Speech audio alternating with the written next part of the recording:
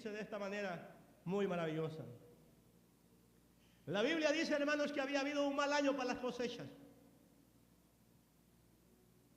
La sequía había sido grande, la ausencia de agua había sido grande. El suelo estaba seco.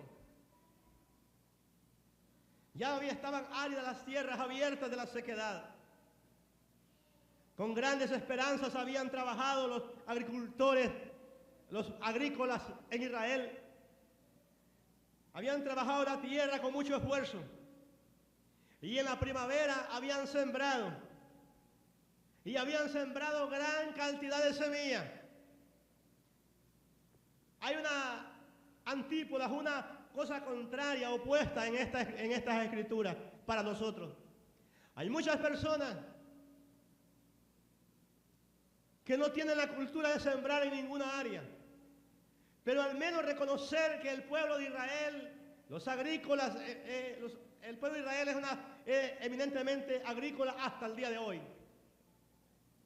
Habían sembrado muchas semillas con la esperanza de poder cosechar muchos frutos.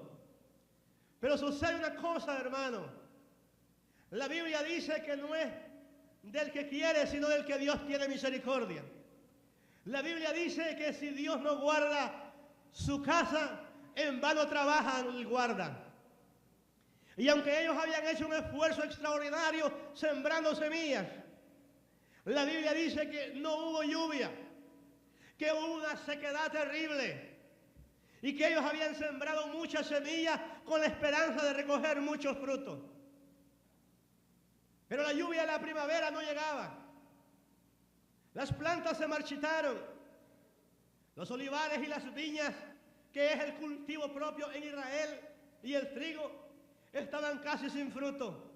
La gente acudió a adorar al templo. Una vez escuché un sermón del hermano Toby, y él decía sobre los problemas sociales que afrenta nuestro país. Benditos problemas, benditas dificultades, porque hacen acercarnos a Dios.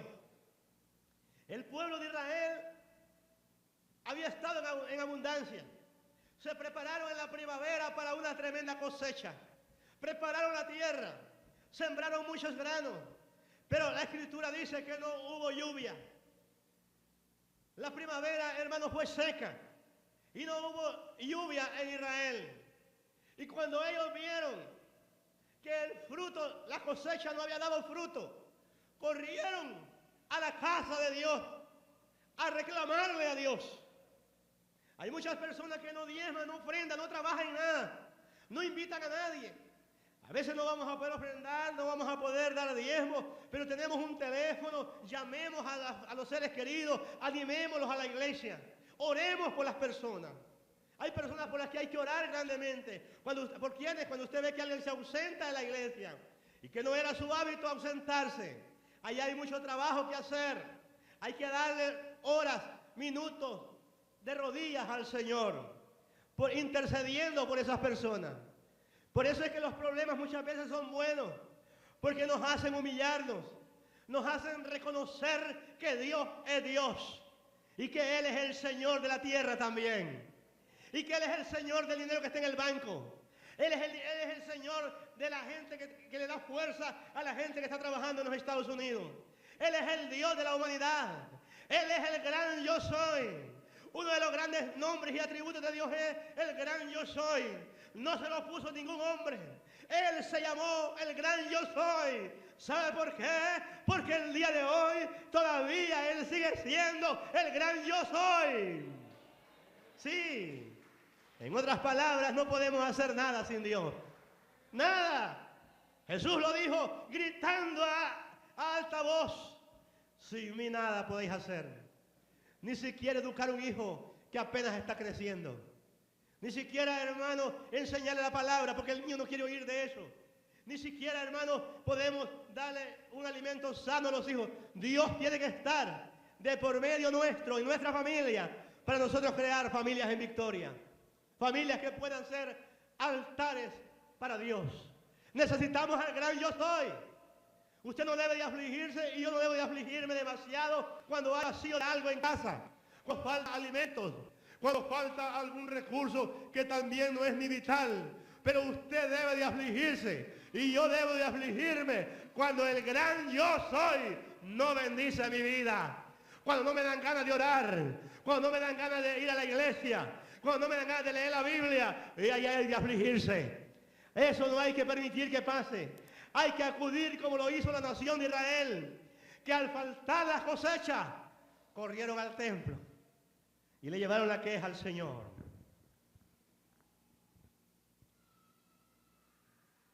Pero no les atraía a los israelitas la prosperidad que estaban viviendo. No les atraía el agradecimiento que tenían por estar en la casa de Dios.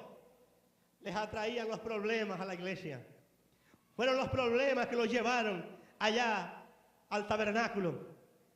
Un templo que no llegaba ni a templo en esos días. El famoso tabernáculo construido por Salomón había sido derribado unos 60 años atrás.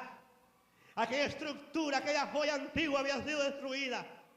Y ahí habían ancianos, hermanos, que habían visto aquel templo. Ahí habían ancianos que habían adorado a Dios en aquel templo. Aquel templo, hermanos, que tenía oro muchísimo, piedras preciosas. Aquellas construcciones de madera, hermanos, de cedro. Ellos lo habían visto y ahora veían el templo diferente. ¿Sabe una cosa? Cuando escribía esto hoy por la mañana, me daba, hermanos, una aflicción en el corazón. Porque nosotros vimos esta iglesia hace muchos años. La vimos una iglesia adoradora.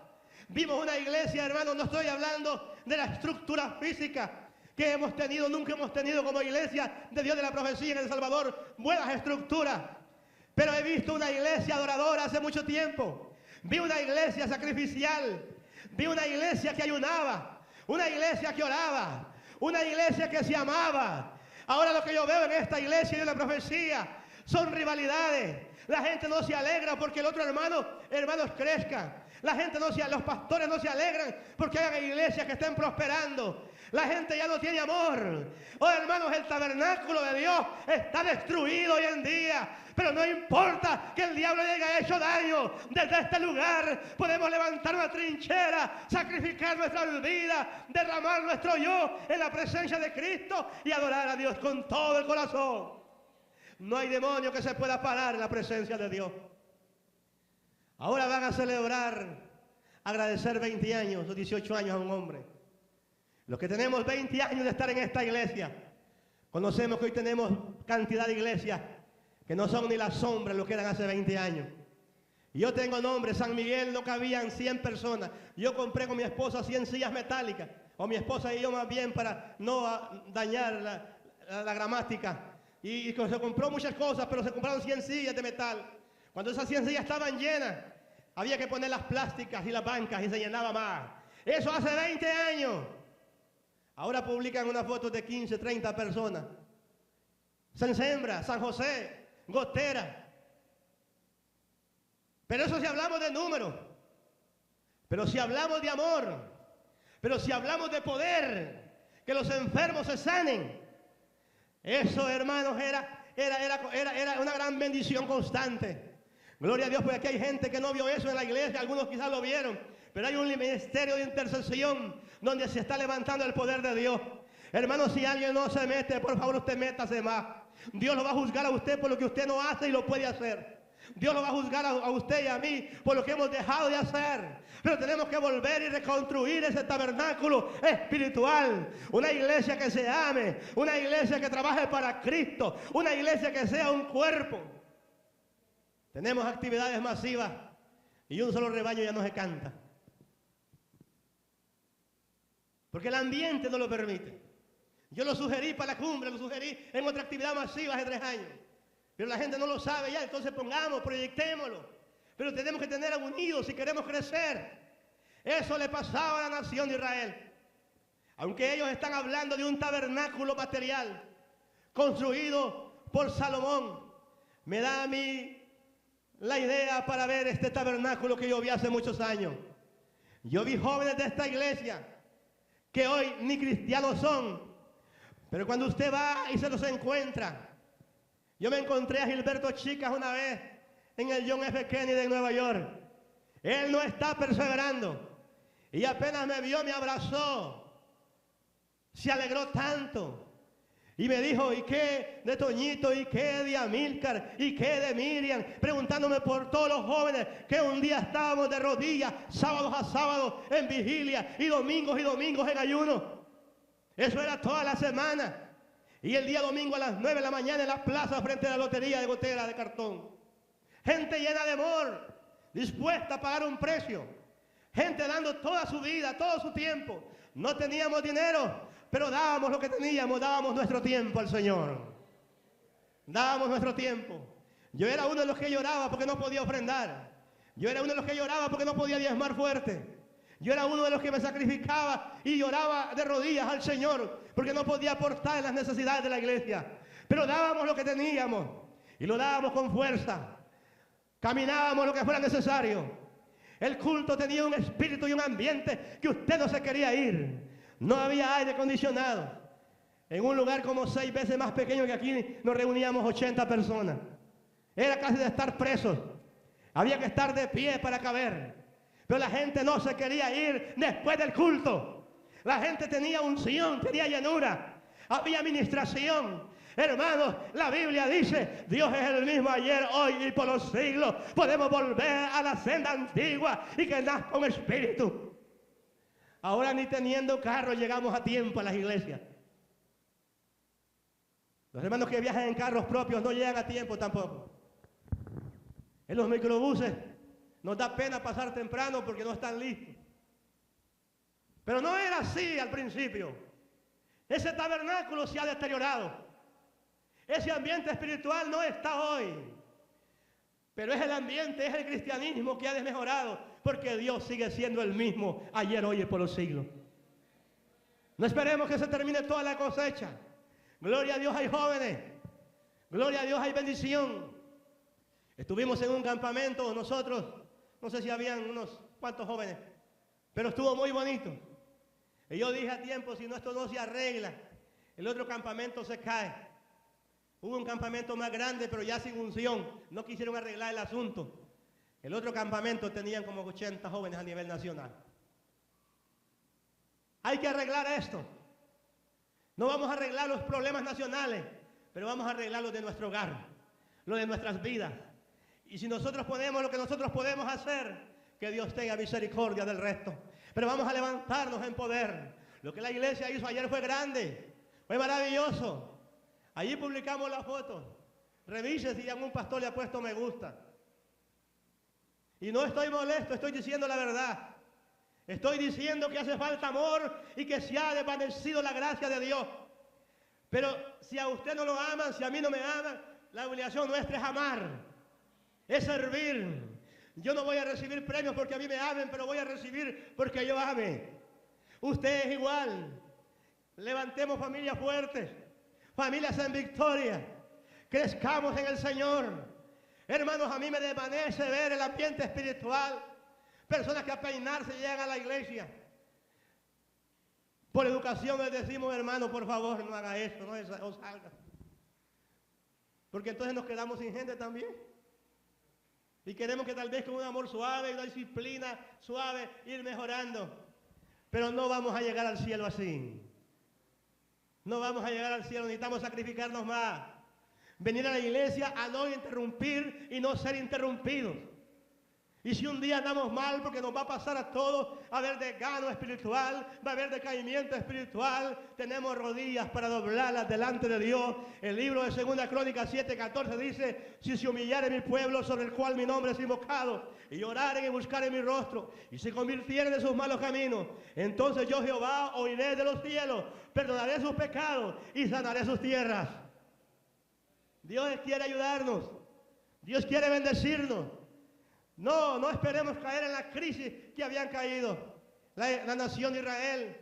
El profeta, había una situación que el profeta Ageo acusa. ¿Cuál era la situación que ellos habían caído en aquella tristeza, en aquella oportunidad? Junto al altar estaban protestando ellos por el ambiente de pobreza que vivían. Sin techo, sin protector. Aquel tabernáculo estaba sin techo. No había protección de los cálidos rayos del sol. Pero en medio del altar, gloria a Dios, hermano, espere esto. Nunca hay muchas personas entregándose de lleno. Pero yo espero que los que estamos aquí seamos esos poquitos que siempre están buscando la presencia de Dios. En aquel altar sin techo, en aquel lugar inhóspito, donde había gente clamando y pidiendo. La Biblia, la escritura que hemos leído, dice que habían 3 varones que estaban observando la multitud, que estaba apretujada por aquel problema social que había, de que las cosechas no habían pegado. Uno de ellos era Zorobabel, el gobernador de Judá. El otro era Josué, el sumo sacerdote. Y el tercero era Ageo, el profeta. Súbitamente el profeta Ageo, al ver a aquel pueblo en aquella gran necesidad, al ver a Josué, el sacerdote, al ver a Zorobabel, vino una palabra de Dios al profeta Ageo. La lengua y la boca del profeta Ageo fue llenada. Y él dijo: Jehová de los ejércitos habla así diciendo: este pueblo dice, no es aún venido el tiempo de reconstruir el templo de la casa de Jehová. Alrededor de 17 años antes ya había habido un grupo que se había ido a reconstruir el templo. Los cautivos habían regresado de Babilonia. Como resultado, usted recuerda de aquel edicto del rey Ciro, y habían regresado 16 o 17 años atrás. Este edicto registraba en sus últimas partes del segundo libro de Crónicas. Está registrado en Crónicas, en su segundo libro. Y en la primera parte, cuando usted leemos a Esdras, en el libro de Esdras, este edicto registra que estipulaba que el templo debería ser reconstruido, pero solo llegaron a hacer una pequeña reparación. Y la Biblia es elocuente en el libro de Esdras. La Biblia registra que el templo debía ser en detalle reconstruido. Se mencionan 3 veces la palabra reconstrucción de la casa de Jehová en el libro de Esdras. Hermanos amados, era un decreto que había salido de parte del rey Ciro. El templo debería ser reconstruido, pero Israel no lo había reconstruido. Yo quisiera decir esta tarde que es mi corazón y es mi anhelo que reconstruyamos esta casa espiritual, que trabajemos, hermanos, en armonía, en unión, para reconstruir esta casa. Un día la Biblia dice: de Jerusalén saldrá la palabra. Y yo quisiera que de Betania saliera amor, saliera palabra, deseo de estudiar la Biblia, deseo de vivir para Cristo, deseo de trabajar en unidad y levantarnos de estas polvorientas calles que transitamos de religión y tener el poder de Dios en nuestras vidas. Oh, ¿por qué sucedió esto? Las pocas personas siempre son pocos. Siempre vamos a puntualizar eso. Por eso usted no se desanime. Si cuando es convocado para limpieza, para evangelismo, para ofrendar, para diezmar, son pocos. Siempre han sido pocos los que se han levantado para hacer cosas buenas. Y los pocos que regresaron limpiaron las ruinas, el sitio, y atacaron la empresa y empezaron a reconstruir el templo. Primero limpiaron lo suficiente de escombros como para poder sentar el altar del sacrificio y celebrar las fiestas que menciona Esdras capítulo 3, versos 1 al 4. Esto aconteció en el otoño, y en la primavera siguiente se lanzaron a trabajar, propuestos a edificar la casa de Dios. Mas habían sido una tarea desalentadora.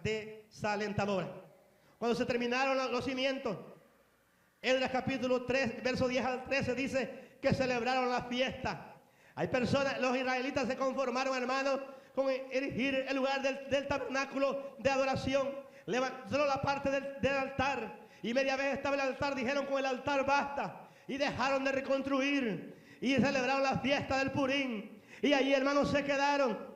Y aunque era una fiesta maravillosa, porque la fiesta del Purim le obligaba al israelita a buscar una persona más pobre para poderle ayudar, y siempre encontraba una persona más pobre. La fiesta fue buena, pero mientras unos gritaban de gozo, otros lloraban esa misma tarde al reconocer que este segundo templo apenas se podría ser un sustituto muy pobre de aquel glorioso edificio que había construido Salomón. Los meses pasaron y esos meses se volvieron años, cuando no nos levantamos, hermano, a servir un día, una semana, un mes, se van a convertir en años y se va a convertir en toda la vida. Se hizo un hábito el no servir. Y eso pasó a la nación de Israel. Pasaron años y el templo no se reconstruía. Se combinó el aburrimiento, el desánimo, el cansancio y dejaron de trabajar. En el año 520 el templo todavía estaba sin reconstruir. El edicto había sido dado ya varios años atrás por el rey Ciro, la permisión que los israelitas regresaran de Babilonia para reconstruir el templo, pero el templo seguía sin ser reconstruido. Ese es un gran problema espiritual que pasa en la iglesia. La Biblia dice que nos ha sido dado las arras de nuestra herencia, nos ha sido dado el Espíritu Santo. Hermanos, por favor, acudamos al Espíritu Santo. Digámosle a Dios en oración: Señor, yo no puedo solo. Somos muy pocos en la iglesia los que trabajamos. Te necesitamos a ti. Y se va a ir todo desaliento, se va a ir todo desánimo. Oh, hermanos amados, si nos ponemos a ver nosotros a las personas que no dan, nos vamos a desanimar. Si nos ponemos a ver a las personas que no trabajan, tampoco nosotros vamos a trabajar después. Si nos ponemos a ver a los que no se levantan, un día tampoco nosotros nos vamos a levantar. Yo les sugiero en el nombre del Señor que nos levantemos y miremos la palabra de Dios. La palabra del Señor viene que es tiempo ya. Es tiempo de levantarse. Es tiempo de reconstruir. Es tiempo de levantarnos, hermanos amados. Sorprendido el pueblo se volvió y a ver junto al altar cuando el profeta levantó su rostro encendido con aquel mensaje urgente de la palabra de Dios. Los israelitas, hermanos, necesitaban un mensaje urgente y Dios lo dio en aquella oportunidad. Y cuando todos guardaron silencio, los labios del profeta Ageo se abrieron de nuevo en el verso 5. Pues así ha dicho Jehová de los ejércitos: piensa sobre vuestros caminos. Este es un pensamiento, este es un texto que usted tiene en su Biblia. Y yo quisiera que hiciéramos eco de él, que lo hiciéramos una palabra rema. Hermanos, pues así ha dicho Jehová de los ejércitos: pensad bien sobre vuestros caminos. No sobre los que hacen los demás, sino sobre mi propio camino. Somos confrontados con esta palabra profética de Ageo. Dios dice que pensemos lo que estamos haciendo. Y pensemos bien. Es una advertencia que Dios le da aquel día al pueblo de Israel y hoy a nosotros. Yo solo le repito textualmente el texto: pues así ha dicho Jehová de los ejércitos: pensad bien sobre vuestros caminos. Vean lo que está haciendo, veamos lo que estamos haciendo. Bien que sabían ellos todo esto, pero ¿qué iban a hacer ahora? Así ha dicho Jehová de los ejércitos: meditad sobre vuestros caminos, subí al monte y trae madera. Hay que subir, hermano. La palabra subir en la Biblia está relacionada con sacrificio. La palabra subir, había que subir a presentar sacrificio, a presentar holocausto, había que subir al templo. Y yo le digo esta tarde, había que subir. La palabra de Dios al pueblo de Israel es que tenían que subir al monte. El monte está relacionado en la Biblia con la casa de Dios. Y traer madera y reedificar la casa, y pondré en ella mi voluntad y seré honrado, dice Jehová. ¿Cuándo Jehová será honrado? Cuando la iglesia sea reconstruida espiritualmente, moralmente, éticamente y también estructuralmente. La iglesia debe ser reconstruida y solo así Dios va a poder ser honrado. ¿Por qué sufrían esta adversidad los israelitas? En primer lugar, porque habían estado disfrutando de una prosperidad. Pero ahora ellos, dice la Escritura, habían buscado mucho y habían hallado poco. Y encerráis en casa y soplo en ellos, porque dice Jehová de los ejércitos: por cuanto mi casa está desierta y cada uno de vosotros corre a su propia casa. No hay duda, hermanos, que podemos ilustrar esta escritura. Tiene totalmente que ver con la no reconstrucción del templo y con la construcción de sus propias casas. Es paradójico para nosotros entender esto y difícil quizás poder analizar que le interesa a Dios que nos preocupemos en la iglesia, que nos preocupemos en la obra, y que si usted se preocupa en la obra, Dios se va a preocupar en las cosas suyas. Demasiados ejemplos hay a nivel mundial. A mí no me consta, y mucho menos pues me va a constar algún día, pero hay empresas como Colgate que diezman el 90% de sus ingresos, y yo le puedo decir que está a nivel mundial y que con ese 10% de sus utilidades vive mejor que todos los salvadoreños quizás, porque están trabajando en la casa de Dios mientras Dios trabaja en la empresa de ellos. Usted visita un odontólogo hoy y le van a recetar Colgate, o Colgate Sensibility, o Colgate Banqueador, o Colgate aquí. Dios está haciendo el trabajo. Dios está haciendo el trabajo. Tenemos que trabajar en la reconstrucción del templo. La reconstrucción del templo incluye la estructura, es cierto, pero también incluye darle la bienvenida al hermano. También incluye saludar con alegría. También incluye no perturbar al hermano. También incluye bendecir este lugar. También incluye diezmo y ofrendas, por supuesto. Pero también contribuye a ser ujier, ofrecerse de ujier. Dar la bienvenida a la gente sonriente. Ubicar a los hermanos. Hermanos, la construcción del templo de Dios en esta hora del día es necesaria en la iglesia del Señor. Con esa razón de que ellos habían descuidado la construcción del templo y se habían preocupado en construir sus casas, era la explicación que Dios estaba dando sobre la sequía y aquellas mañanas que no había rocío. Porque para nosotros puede ser sorprendente, pero había lugares en Israel que las cosechas se daban con solo el rocío, con solo el rocío en la mañana. No necesitaban el invierno, con el rocío en la mañana las cosechas producían. Pero Dios había secado. No había habido lluvia, ni siquiera el rocío en la mañana. Tampoco estaba. Esa es la razón que no había fruto. Los campos estaban sin grano. Los huertos estaban sin fruto. Bueno, para ese caso, hagamos algo, dijo el profeta. Amén, dijo Zorobabel y Josué. Y todo el resto del pueblo se unió. Ya estaban hartos de la maldición de Dios. Y ahora estaban listos para hacer algo con el fin de obtener esta bendición. Y yo declaro bendición sobre sus vidas en esta tarde. Ustedes están aquí cuando podían tener pretexto de hacer trabajo, de ver desfiles, de ir a los desfiles. Vergüenza da para la iglesia, no pueden caminar pues están patojos. En los desfiles pueden ir, o al menos verlo en la televisión. Yo no creo que Cristo haya muerto por una iglesia así. Cristo necesita una iglesia viva, una iglesia que le alabe, una iglesia que le adore, una iglesia que le crea, una iglesia que siembre para cosechar.